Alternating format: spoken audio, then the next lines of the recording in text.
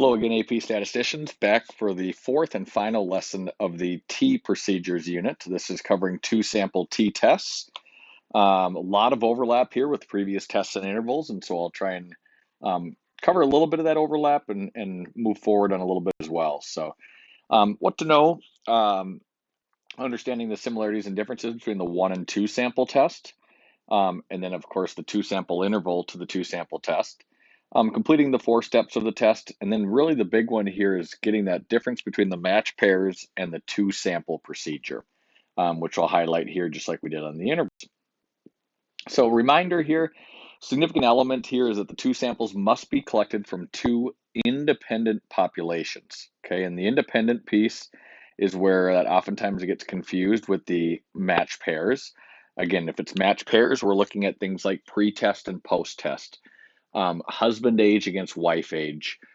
You're rating for trying Coca-Cola versus trying Pepsi, and everybody's together. So in those situations, in a matched pairs, there's this one-to-one connection. Like I said, it's husband age minus wife age to get that difference in age. It's your post-test minus your pre-test. So even though there's 2 sets of values, we're really only interested in this set here. Whereas in a 2 sample with the independent populations, it might be people who happen to be husbands and people who happen to be wives. And so there's a mean for this group and a mean for this group. Or males, people who identify as males versus people who identify as females, or Minnetonka and Edina. So there's not this subtraction that takes place. There's not this one-to-one pairing that occurs between the 2 groups like we have here. It's really 2 distinct groups. And so the conditions then, of course, become that 2 SRSs, the normality for both, and the independence between, which are all unique to the 2 sample. So as we look at an example here, this is the same example we used in part 3 in the recent previous video, which is the 40 seniors. So we have n sub 12 is 40. We have x bar sub 12 is 88, and s sub 12 is 31. And again, it's s and not sigma because this is the standard deviation of a sample of 40 MHS seniors. N sub 11 or n sub juniors is also 40. The x bar sub juniors is 97. And the S sub juniors is 26. Again, so we'll use this information as we move ahead on this on the test, I should say. You'll notice a lot of overlap again with that interval. So again, the first steps of a test are really about what is going to be our null and alternative hypothesis. So in this course, we are always allowed to just say the null hypothesis is mu1 equals mu2. Again, this represents the population mean. Even though we're using samples of juniors and seniors, we're trying to test this as though we had the entire population. Again, this is the idea of statistical inference is all about using a sample to say something about the population that is statistically backed. Okay, so there's more substance to it than just saying, oh, these 2 look different, so the 2 groups must be different. Okay. But again, rather than doing a census and having to get all the data, we just get a sample. Now the alternative is mu1 greater than, less than, or not equal to mu2? And that will depend on the question. The question will highlight, are we saying seniors are more, seniors are less, or that these seniors and juniors are just different? And then here, this got cut off here, but what you do need to do is define what does mu1 stand for and what does mu2 stand for. Of course, you could use something like mu senior, mu sub 12 equals mu sub 11. And the alternative is that mu sub 12 is less than mu sub 11 or something like that, or is not equal to. And that by having subscripts that are meaningful, that gives you a little break perhaps on having to write these, but the safe bet is to always write what the mu stand for. And again, they stand for the overall mean social media usage per day for seniors and overall mean social media usage per day for juniors, not of just the sample. The X bar is the sample. We are using mu's here to represent the population. Okay, so in this example, we'll start with, and because I listed seniors first, again, I'll just keep the seniors here. Even though if this were one-sided, I'd probably switch it around because we'd be testing, since juniors were bigger in the sample, we'd be testing to see if juniors are statistically significantly bigger. And so we could write that a different way, but let's actually test the not equal to version here, since I had done a one-sided previously. So let's test that. Again, mu sub 12 is the mean social media usage per day for seniors at MHS, and the mu sub 11 is the mean social media usage per day for juniors at MHS. And again, it would have been perfectly fine if you would have written this as mu sub 11 equals mu sub 12, and mu sub 11 does not equal mu sub 12. That's the same thing. And like I said, if it were one-sided, this would probably be greater than, and so I'd actually prefer to use the greater than version personally over using the less than version down here if this were one-sided. But what it really means is when you are looking at the formula, you are going to put, if I'm using this one, that means all the seniors' data is going to go first in the formula because it went first in the hypothesis. So keep that in mind that whatever one goes first in the hypothesis will go first in that formula. For the interval, so you can see I put 1 and 2 together. Okay. Now the conditions for this are exactly the same as the. So I'll just recap that. This is a 2-sample t-test. Okay, and the conditions, one is 2 SRSs, and we would verify that by quoting the question. 2 is normality for both, and in this case we would verify that by saying that both of them have an N of 40. So I could put the subscripts in there too, which is greater than 30, and so the central limit theorem would verify that. 3 is independence between, which again is just a statement saying that it's fair to believe that these two are independent of each other, meaning the seniors and the juniors are independent of each other. So that again is just in your own words, just a statement about how it's believable. And sometimes questions will even say an independent random sample of juniors. That verifies that right there. The fourth condition again was the independence within, which we've talked about periodically, which is the 10n is less than capital N for each group. 10n sub 11 is less than capital N sub 11. 10n sub 12 is less than capital N sub 12, so on. But the big three, again, are those first three, the SRS for both, normality for both, and independence between. Okay, so then we jump into the actual formula here, okay? And so this is the 2-sample formula. Now, what happens with the 2-sample formula is, if you remember, our null hypothesis was that mu 12 equals mu 11. What that means is, since that's always going to be our null, and since a test works off the idea that the null is true, or is at least not rebuked until we actually reject it, we assume these are equal for now, which means this right here would always be 0. Mu1 minus mu2, if the values are equal, is going to be 0, so you will actually never really worry about those, okay? So when we write the formula, and I'll just write it down here now, when we write the formula for this, again, since we listed seniors first, that means the seniors will be all the subscript 1s here, okay? So the subscript 1s for X bar was 88 for the seniors, and X bar for the juniors was 97. Okay, so that's, again, this is X bar sub seniors and X bar sub juniors. And again, seniors went first because they went first in the hypothesis. The denominator there would be the standard deviation for the seniors squared divided by the seniors sample size, and then the standard deviation for the juniors squared divided by the juniors sample size. So this here would be the formula, okay? And what happens with that is we would get that statistic, and I'll show you here that the function on the calculator is to go to stat tests, okay? This is a 2-sample t-test.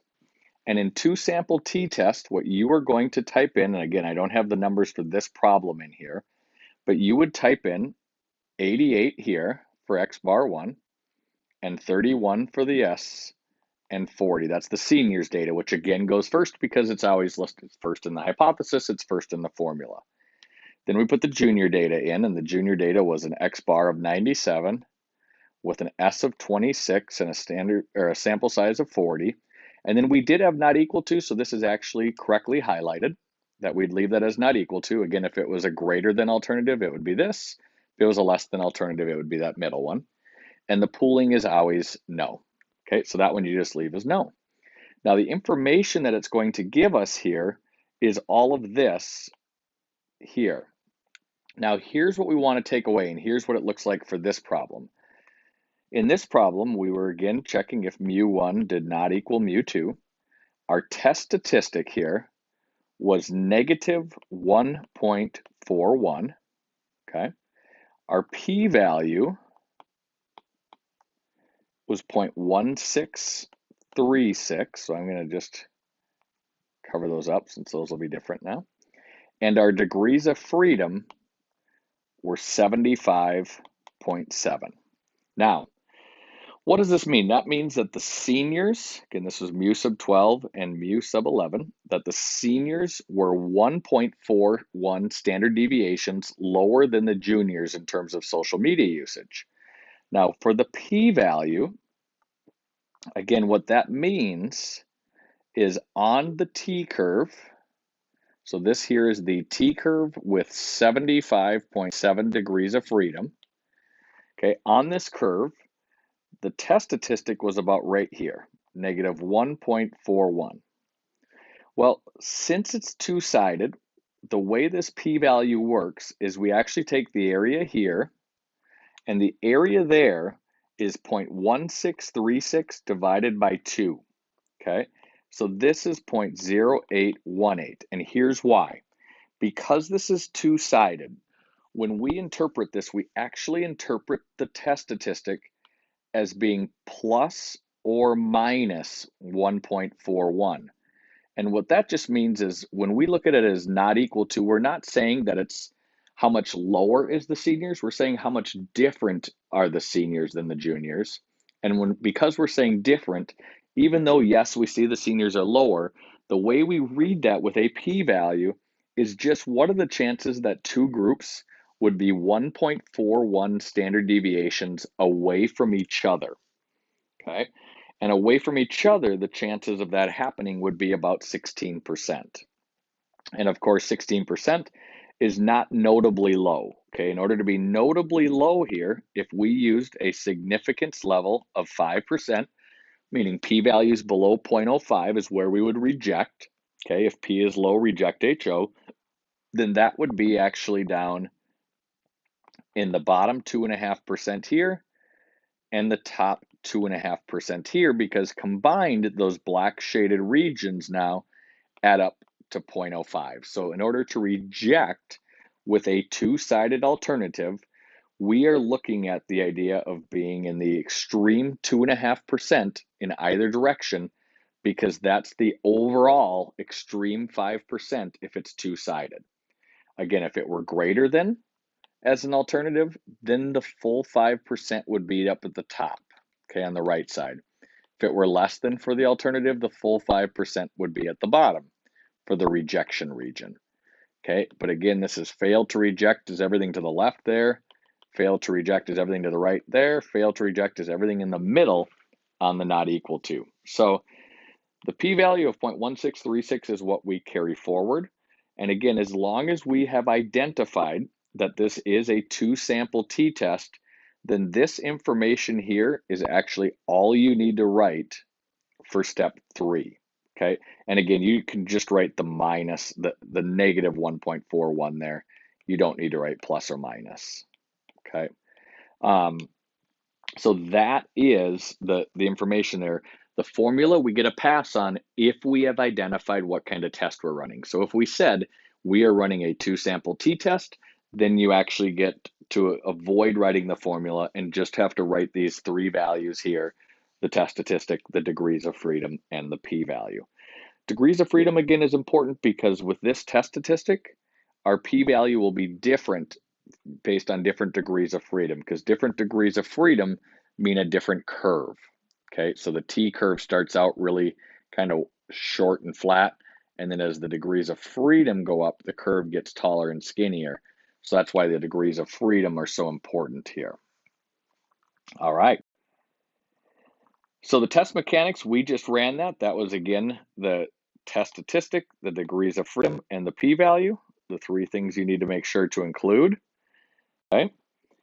And then the conclusion, and of course it got ugly here with the conclusion, so I'm going to go to the next slide and I'm going to write this. Okay, so our conclusion for this question is based on our evidence. Our p-value was about 0.1636, which is not less than 0.05, of course. We fail to reject. Again, we don't ever say accept. If p is low, we reject HO. If p is high, in this case 0.05 or higher, we fail to reject. So we fail to reject the null hypothesis, and then we get into the actual meat of our conclusion. So there is not statistically significant evidence to confirm or to support that seniors and juniors at MHS spend a different amount of time on social media per day. Now, just a couple of the important things I included in here, per day actually, not days. Okay, so some notable things, of course, there's the evidence that I included there, the decision that I included here, that there's not statistically significant evidence, okay, and then everything that's in this circle right here, or in this box that I'm writing, everything in here speaks to HA, and that's how you end your conclusion. You speak to HA, so since there was not evidence for HA, we would say something, and you don't have to use the same wording as me, but you have to, in your wording, note there's nothing to confirm here, statistically speaking, that seniors and juniors at MHS, again, we're not talking about anywhere else, we're talking about MHS, spend a different amount of time on social media per day. Now, does that mean it's the same? No, not necessarily. We haven't accepted the null, but what we're saying is we haven't found them guilty. Okay, we haven't. It's like in a court of law. There's not enough evidence to show guilt. They may not be completely innocent, but we haven't shown guilt here. They may not be exactly the same, but we haven't shown, statistically speaking, that they are significantly different. Okay, so we just don't have the evidence to say they're different yet. So we failed to reject the null and do not have the evidence for HA. Thank you for listening. As always, if you have questions, please ask.